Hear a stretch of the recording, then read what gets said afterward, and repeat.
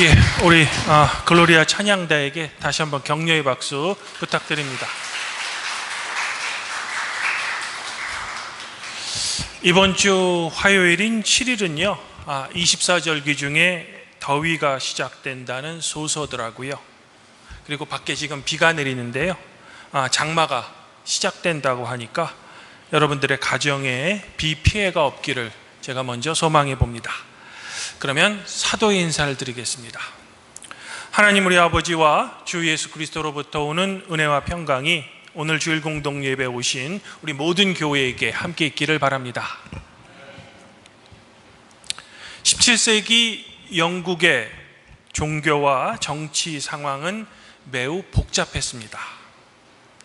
영국 국교회의 개혁을 추구하던 청교도들은요, 왕을 지지하는 왕당파와 내전까지 벌입니다. 이른바 이제 청교도 혁명이라고 불리우는 잉글랜드의 내전입니다. 결국 이 내전에서 올리버 크로멜이 지휘하는 의회파가 승리하고요, 왕 찰스 1세는 1649년 처형당하고 영국에 드디어 공화정이 수립됩니다. 하지만 얼마 지나지 않은 1660년 아들인 찰스 2세가 왕위에 즉위하면서 왕정이 복귀되고 청교도는 국가로부터 다시 심한 종교적 탄압을 받게 됩니다. 찰스 2세는 백성들에게 국가교회로서 성공의 예배를 강제하고요, 국가가 승인하지 않은 어떤 예배 그리고 설교를 법으로 금했습니다. 하지만 국교회에 포함되지 않은 비국교도 신자였으며 평신도 설교자였던 존 버녀는 왕의 이런 명령 앞에서도 복음 전파를 멈추지 않았습니다. 결국 체포되어 무려 12년이라는 아주 긴 세월을 감옥에서 보냅니다. 그러나 그는 이 감옥에서 청교도 문학의 최고봉으로 꼽히는 철로역정이라는 책을 집필합니다. 그리고 이 소설은 이렇게 시작합니다. 이 세상 광야를 두루 다니던 중 우연히 동굴이 있는 어떤 곳에 도착한 나는 그곳에 몸을 눕히고 잠이 들었습니다. 그리고 잠을 자던 중 꿈을 꾸었는데 꿈속에서 보니까 누더기를 걸친 한 남자가 어떤 곳에 서 있었습니다. 집을 등지고선 그 남자의 손에는 책 한 권이 들려 있었고 등에는 커다란 짐을 지고 있었습니다. 그 남자가 책을 펼쳐서 읽는 게 보였는데 책을 읽다가 그 남자는 울며 몸을 떨었습니다. 그리고 더 이상 참을 수 없는지 내가 어떻게 해야 할까? 라며 비탄에 잠겨 울부짖었습니다.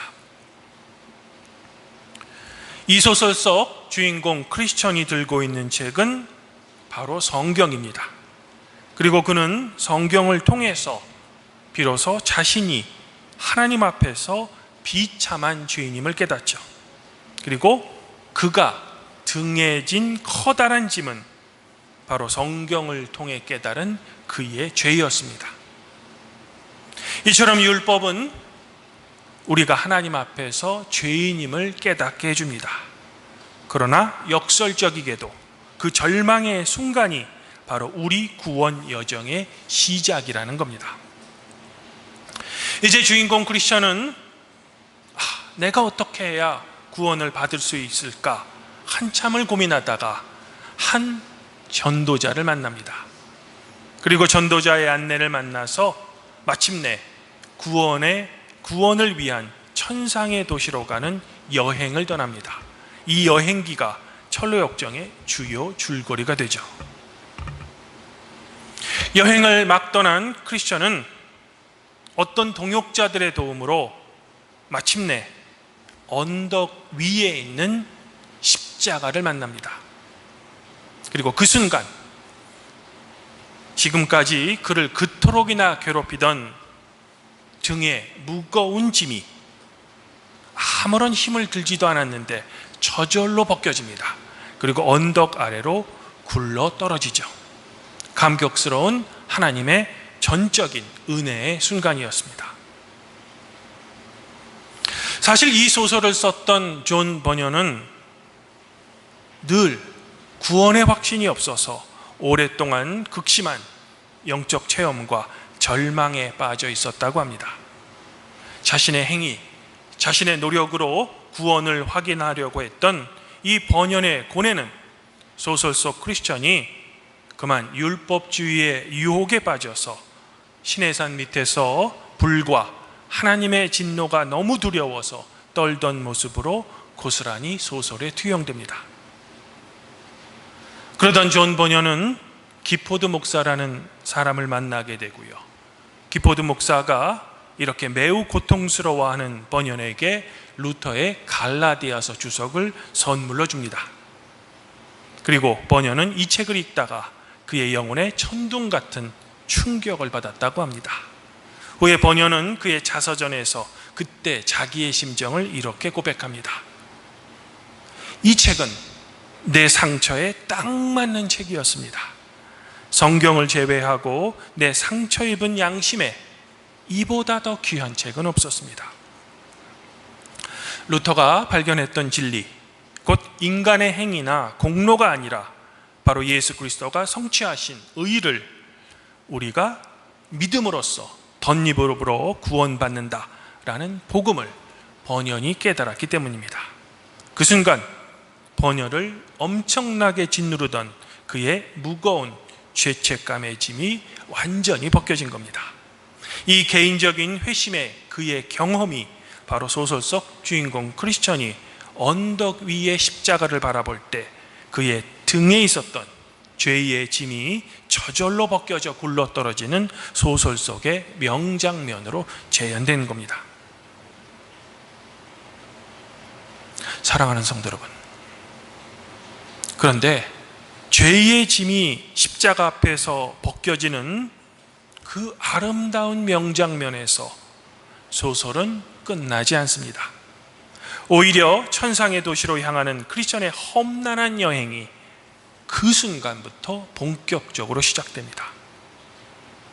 크리스천은 여행 도중 아불로원이라는 아주 무시무시한 괴물을 만나 사투를 벌입니다. 사망의 음침한 골짜기를 두려움에 떨며 건너죠. 허영시장에서는 복음을 전하다가 억울하게 감옥에 갇혔고, 그곳에서는 영적 동반자였던 믿음이라는 친구가 순교하는 아픔도 겪습니다. 절망거인의 무서운 감옥에 갇혀 죽을 뻔하기도 합니다.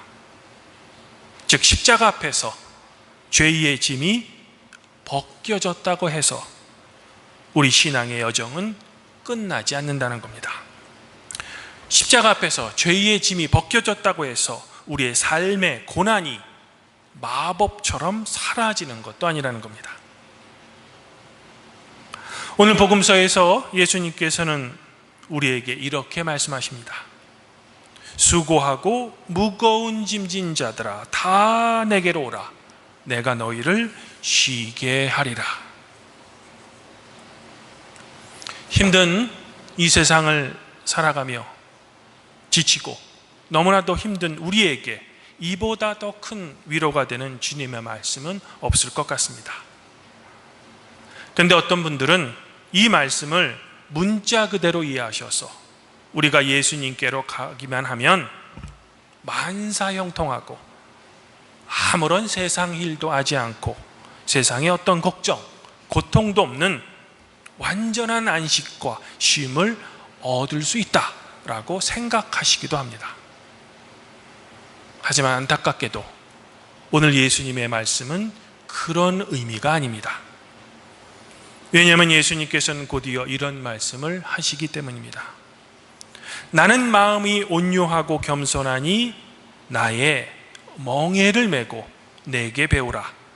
그리하면 너의 마음이 쉼을 얻으리니 이는 내 멍에는 쉽고 가벼움이기 때문이라. 주님께서는 율법을 통해 깨달은 죄라는 짐을 벗겨주십니다. 그러나 곧바로 나의 멍에를 메라 라고 말씀하시죠.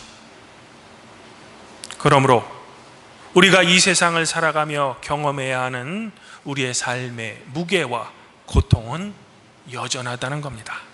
우리는 여전히 삶의 현장에서 치열하게 일해야만 합니다. 그러나 예수님께서 여러분에게 지우신 멍에는 세상의 멍에와는 근본적으로 다르다는 겁니다. 즉 예수님께서 말씀하신 참된 안식 그리고 쉼은 우리를 괴롭히는 세상의 문제가 그저 저절로 해결되는 어떤 환경의 변화가 아니라 주님과 한 멍에를 메고 우리의 인생의 여정을 함께 걸어갈 때 비로소 우리가 얻을 수 있는 우리 마음의 평안과 쉼이라는 겁니다. 오늘 구약 말씀에서 스가랴 선지자는 여러분에게 구원을 베풀 진정한 왕의 모습을 이렇게 예언했습니다.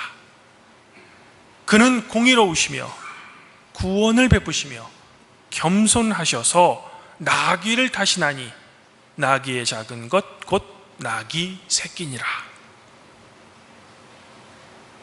세상의 권력자들과 힘 있는 사람들은 자기의 힘과 무력으로 다른 사람 앞에서 과시하기 위해 화려한 군마 그리고 철병거를 타고 여러분들 앞에 위압적으로 등장합니다. 이것이 세상이 움직이는 힘의 방식입니다. 하지만 하나님께서 성도 여러분들에게 보내실 왕은 강제가 아닌 공의와 사랑으로 온전한 영적 구원을 베푸시는 평화의 왕이시라는 겁니다. 나귀, 특별히 어린 나귀 새끼는 거대한 짐을 그저 묵묵히 운반하는 겸손 그리고 평화의 상징입니다. 또한 메시아가 화려한 말이 아니라 이런 어린 나귀를 타고 오셨다는 것은 세상의 왕들처럼 여러분을 지배하려는 것이 아니라 도리어 여러분을 섬기러 오신 주님의 겸손한 성품과 그분의 폭력 없는 평화의 통치를 의미하는 겁니다.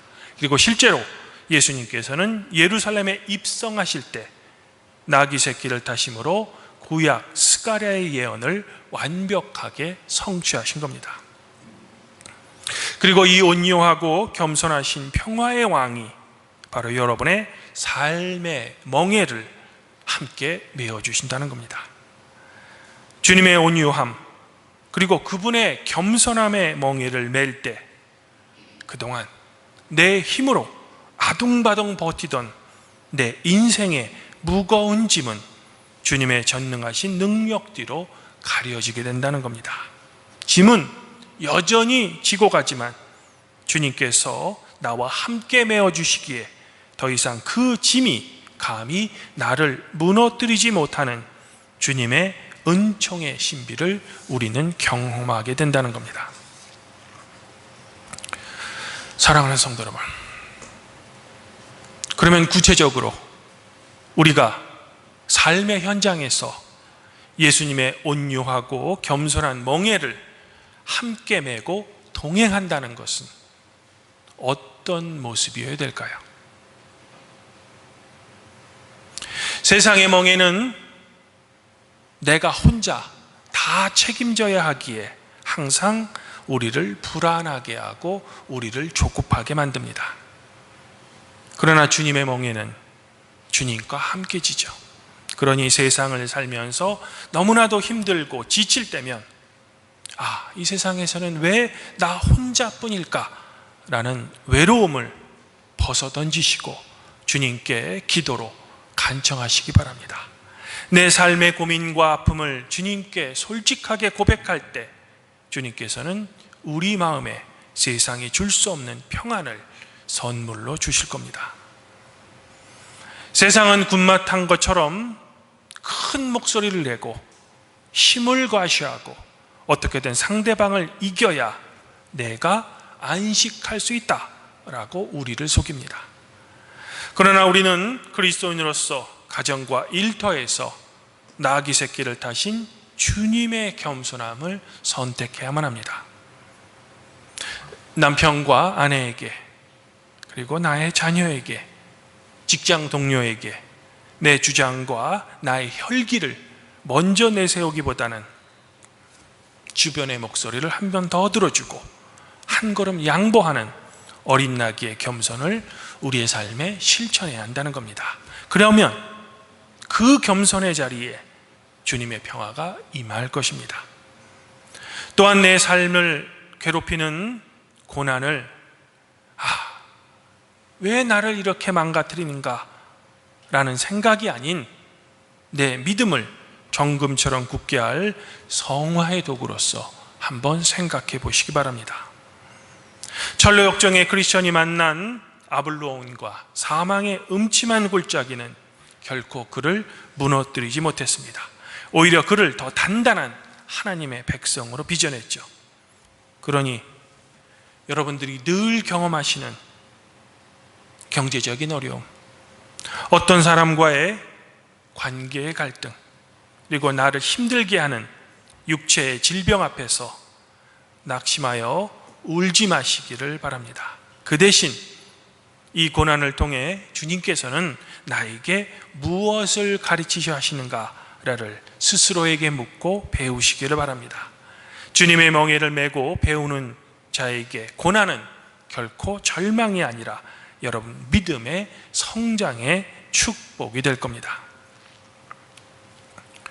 주님 안에서 한 형제자매인 발복교회 성도 여러분, 철로 역정의 크리스천이 죄의 짐을 벗은 장소는 결코 세상에 평안하고 안락했던 휴양지가 아닙니다. 바로 저 언덕 위 십자가 비었습니다. 그리고 그 십자가는 천상의 도시를 향해 가는 우리 믿음의 순례의 끝이 아니라 새로운 동행의 출발점이었습니다. 주님께서는 여러분에게 삶의 모든 문제를 자동적으로 없애주겠다라는 마법 같은 약속을 결코 하지 않으셨습니다. 대신 내 멍에를 메십시오 라고 여러분을 당신의 품으로 초청하셨습니다. 그러므로 아무쪼록 공의로우시며 겸손하신 우리의 유일한 구원자이신 예수 그리스도를 나의 주님으로 고백하시기를 저는 먼저 소망해 봅니다. 그리고 그분께서 지금도 그리고 영원히 여러분과 동행함을 믿으시고 하나님을 두려워하시고 하나님을 사랑하시고 여러분의 이웃을 내 몸같이 사랑하라는 주님의 말씀을 여러분의 온 삶을 통해 치열하게 실천하시기를 저는 더불어 소망해 봅니다. 간절히 바라기는 성도 여러분들을 지치고 힘들게 하는 이 세상의 거센 풍랑 속에서도 주님과 한 멍에를 메고 천성을 향해 묵묵히 걸어가시는 영혼의 참된 평화와 안식이 발복교회 성도 여러분들 각자와 여러분의 가족 구성원 모두에게 늘 충만하시기를 성부와 성령과 함께 우리 여행의 동반자이신 성자 우리 주 예수 그리스도 이름으로 간절히 축원드립니다. 그리하면 모든 지각에 뛰어나신 하나님의 평강이 그리스도 예수 안에서 성도 여러분들의 마음과 생각을 지켜주실 것입니다.